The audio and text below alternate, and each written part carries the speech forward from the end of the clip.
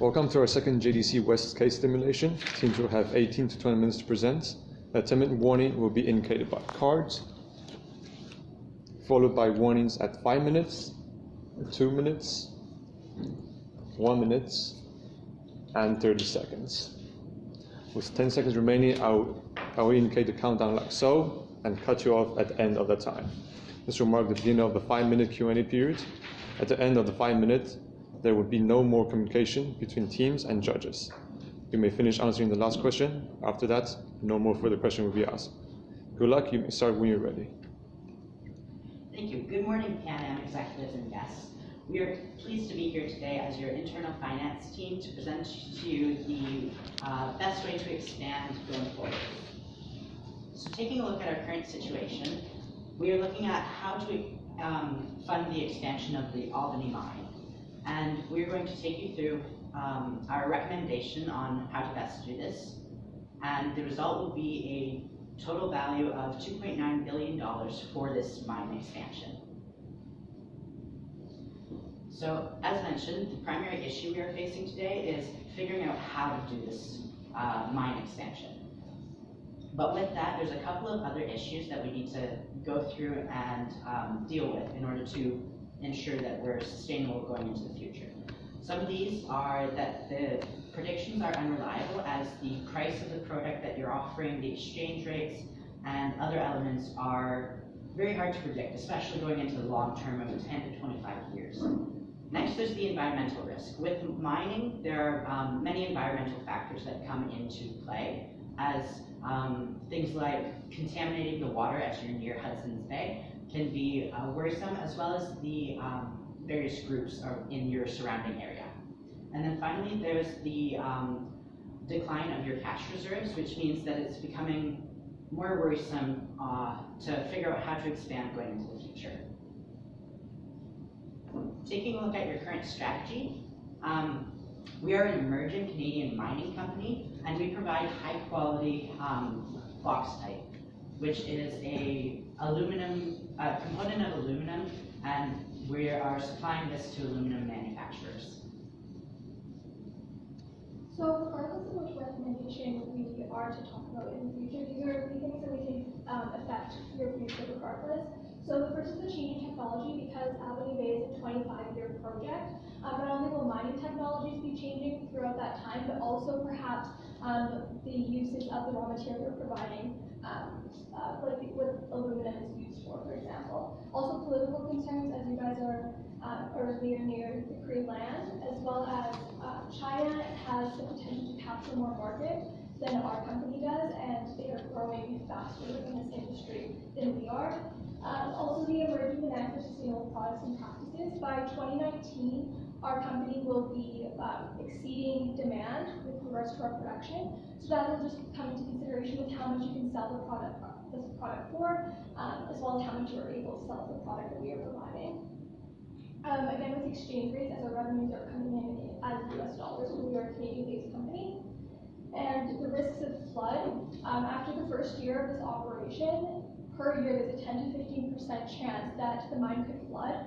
And with regards to that, it'll take us out of commission for 3 to 5 months, and it's $10 million to fix that. And currently we don't have anything in place to mitigate those risks. There's no preventative costs that are being accounted for currently. So if that does happen, that's about almost half a year of time where we won't be able to be producing any money, and we're also going to be spending a ton of money fixing those repairs. Taking a look at the risk of the exchange rate that you're facing, there are pros and cons to going with a currency forward in order to lock in that exchange rate going into the future. So some of the pros are that you do hedge against this risk as you're locking in an exchange rate, and this will mean that you have more predictable revenues, which is great for creating those long-term predictions and making sure that whatever funding source you use, you're adequately expecting the payoff of those ventures. Some of the cons are that you will lose out on better rates if the exchange rate is not what you expect it to be in the future, and then also that there's an upfront cost to these forwards that you will be paying in order to lock in this exchange rate. But with that in mind, we do recommend that you obtain a currency forward in order to allow you to predict your profitability and hedge against those risks. So looking at the expansion of this mine, there's a couple of different financing options. There's the offer from Mimosa, there's the opportunity to raise equity, as well as the opportunity to take on a bank loan. So before we digging deeper into our recommendations, as we emphasized before, that the environmental risk cost can be huge if we don't prevent it in advance. So with that in mind, that we as an internal team highly recommend that we can set aside $1 million per year as a prevention cost in case that to do some research and to prevent the bad events may happen. And also, we recommend to hire a team of researchers and engineers from external perspectives to help us also prevent the occurrence of floods. So, as we mentioned, there are three financing options. One is equity, one is the offer from Mimosa, and the third one is bank loans. So to further determine the best option for our company, here are some factors that we need to consider. The first one is financial feasibility. In terms of financial feasibility is how much money that we need to consider, how much money in total we need to pay back within a long-term period, and do we actually have the ability and enough revenue and profits to pay back those debts. The second one is level of control. That with more, as we know that if we want to find more money through equity or other companies, that we may lose partial control of our company. The third one is reliable and focusable returns. As my colleagues addressed before, there are certainly amount of uncertainties from the external factors that our company cannot control. So the assumptions that we have made about those external factors are those reliable and focusable, or can we really determine our returns based on that? And we also need to consider that the lesser external factors involved in our decisions, the more reliable and guaranteed returns that we can get. So now I'm just going through those three options. The first one is Mimosa's offer evaluation. So we have conducted a quantitative analysis of the total payback, and we have included it in our appendix. So if we want to borrow $100 million of the investment, we need to consider that we have to pay back 2% of revenue within 25 years, but we want to negotiate with Mimosa for 2% for the first 10 years and 1% for the rest 15 years to maintain more profitability. Also, we provide a comparison of 5-year bank loan of $100 million. The total payback will be $140 million in Canadian dollars. So on the bright side of the Mimosa's offer, there are actually potential resources and knowledge that we can get from Mimosa. However, we have known that Mimosa obviously have some expectations about our company, and uncertainties on the profitability and exchange rate may also influence this option. Going through the next option is the raising equity option. So we estimate that the total equity needed to be raised is $75 million, and this will involve some factors such as we will giving the ownership to the private shareholders, and they also have expected returns on the investment. The last one is bank loan. If we want to finance this project through bank loan, the total we need $320 million. The first 5-year bank loan we will take out in 2017, and the next one will be taken in 2019. So this we can see that if the rate is determined as 7% as a fact, and based on our calculation, this will bring us $2.9 billion value of cash flow within by 2023. So with that in mind, that we have evaluated all the 3 options, and the best option for now is to take all the investment, all the amount of money through bank loan. So we come up with an implementation plan with regards to this recommendation. So the recommendation is to fund this project by taking out a $200 million loan from the bank and then raising $75 million worth of equity. The first step is to reject Mimosa's offer. We would obviously need to get the CEO on board with that and see if it had a lot of questions to ask with regards to the offer and if it was feasible and if it was too good on paper, which we found it was with our analysis. And we hope to do that within next month, so January. And we just want everyone on the same page to realize that we're going to, moving forward, we want to fund this project ourselves with regards to the bank loan and raising equity. So we've set aside about a 3-month period to obtain that bank loan of $200 million. And if we're raising equity, we set aside just a bit of more amount of time, just because there's a lot of things that go into giving shares, especially within a private company. Will they have voting shares? Will they be non-voting shares? How much control are we going to be giving to these shareholders, essentially? So we did set aside a bit more time with regards to raising money that way because of all of the terms of the conditions with regards to that. And we would like to have part 1 of phase 1 of Albany Bay completed by June 6th, as was stated. But we want to start getting that up and running by next month so that it is open for June 6th. Sorry. For medium term, the only thing we want to focus on in the medium term is that prevention plan with regards to the flooding risks.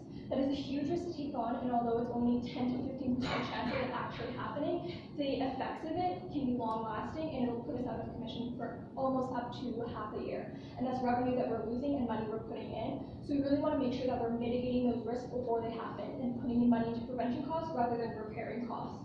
So we've decided that we should contract a risk management team. This would be comprised of engineers, whether they're civil, environmental, maybe even hydro, as well as a few business people, as well as our internal team, to come up with a plan on how we can mitigate the flood risks if there's infrastructure that needs to be implemented. As Morgan mentioned previously, it's $1 million per year, and we hired this team on contract for about 5 years, so from 2017 until 2020, and the $5 million is hoping to cover the wage expenses of this team, as well as any infrastructure that needs to be put in place in the mine. With regard to the long-term implementation, we hope to have part 2 of phase 1 completed by September of 2019. This will include the executives, and it will also include the risk management team that we hired, as well as any builders that were helping us with the part 1 of phase 1. We want to evaluate the expansion in 2022. This is something that will be ongoing throughout the process. So starting in 2017, we want to make sure that we're remaining profitable. We really want to sit down and evaluate how profitable this expansion has been and how profitable the industry still is. As I mentioned earlier, there's a lot of technical changes that can happen within the span of 25 years. So when we get to that 2022 mark, we want to evaluate, is it worth expanding into phase 2 of your expansion that you want to, or is it best to close up shop if it's not profitable in the future? We obviously are hopeful that this will be profitable, that we can expand into phase 2, and hoping that that will be completed by 2023. Taking a look at some of the risks with this implementation, as there are risks with any implementation plan, there is the risk of a lower profitability. And with that in mind, we believe that the profitability for the first 5 years is a worthwhile venture, but after that point, that's why we need to reevaluate and consider potentially either not expanding and continuing operations as they are, or consider selling the venture, as it may be more profitable to look at other areas and other resources or mines.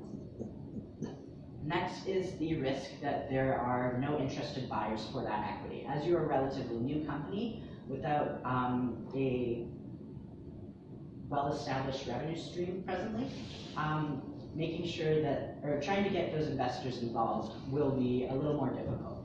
And with that in mind, if you aren't able to get investors involved, there is the opportunity to take on an additional $50,000 in loans instead, and then finance this venture going forward purely through debt, and then revisit the equity financing option if you decide to go into phase 2.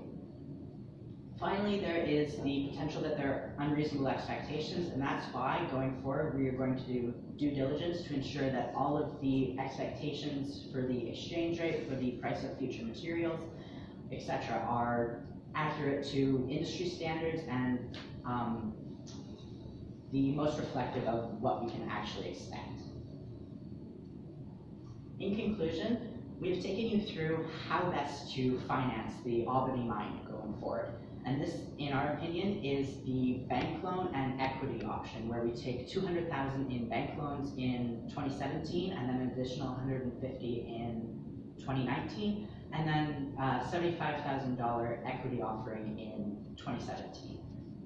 And this will result in a total of $2.9 billion value from up to 2023, and then in comparison to the option to take financing from Mimosa, you don't have to give up any of that input that they would have if you were to take on that financing with them, and it is actually cheaper to take on a bank loan. So while they may have some resources that you do not have access to, they are still new in the mining industry, and that's why it's important to keep to what you know and make sure that the financing best benefits your company going forward. Thank you, and we would now like to open the floor to any questions. That was 16 minutes, 50 seconds. The 5-minute question period will now begin.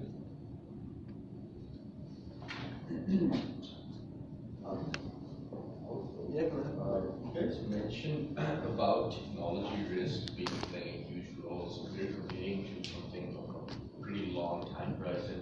How do you recommend we address that technology risk? As in, we don't want to be left holding the bag 8 years down the road with a massive $3 billion investment and with obsolete technology. Yeah, so going forward with that, the technology risk is always something we have to consider, not just what our product's going to do, but how we're going to procure that product, how we're going to be getting it. Because 25 years is a huge year, and that is the lifespan of this mine. That's why we wanted to evaluate the project at 2022, so it's 5 years into the project, just to see the long-term profitability of the industry and how we're doing compared to our competitors. And at that point, if it was not profitable, that was the risk, and the mitigation to that would be to sell the Albany mine and to no longer be in that area.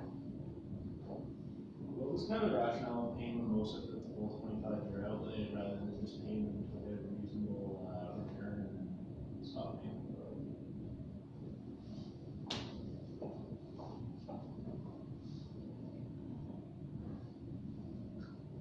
So the option to pay out Mimosa for 25 years, based on our payback, gives them a present value 160 million approximately, which is reasonably close to the bank loan, and we don't expect that with the rates they'd have much flexibility in that, as they obviously want a higher return than what we could get from the bank, as we already reduced that rate, and we don't think that they would be open to reducing that amount of time.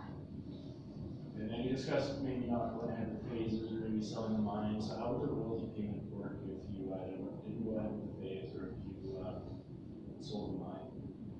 So, sorry, just to clarify, the recommendation isn't to take Mimosa's offer. So if we were to close the mine, it wouldn't affect them. We're just going to fund this venture using debt and equity, not from the mimosa offer.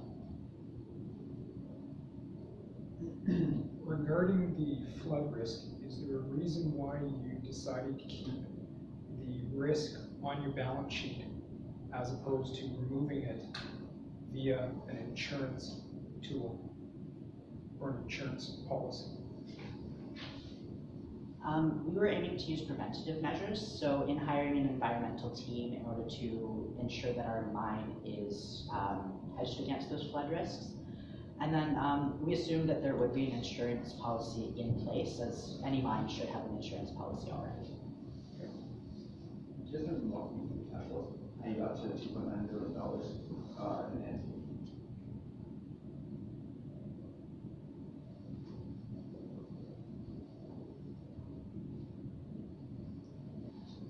So taking a look at the cash flows, you can see that the cash ins are from the initial bank loan investment, as well as the equity financing, and then a revenue based on the amount of production provided to us. And we can take you through the revenue in a different appendix, but just to go over the cash outs first, a lot of the costs were provided for us. The prevention costs were calculated based on that team that we provided, and then the initial cost was that upfront investment.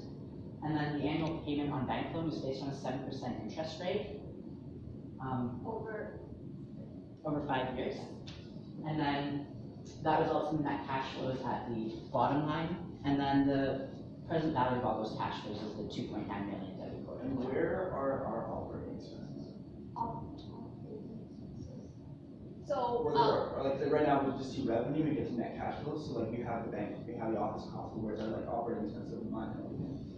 So, based on the case fact that we can simply assume that the operating cost will be included as the initial cost, so that it's given that in 2017 that the operating activities will cost $250 million, and then within in 2019 it will cost 150. Aren't those capital costs as opposed to operating costs?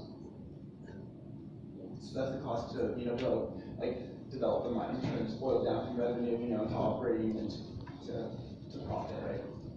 Yes, but when we calculate the revenue, that we use the free on board price, that's minus the marketing and other costs involved, so that we use pure price for that, so it should.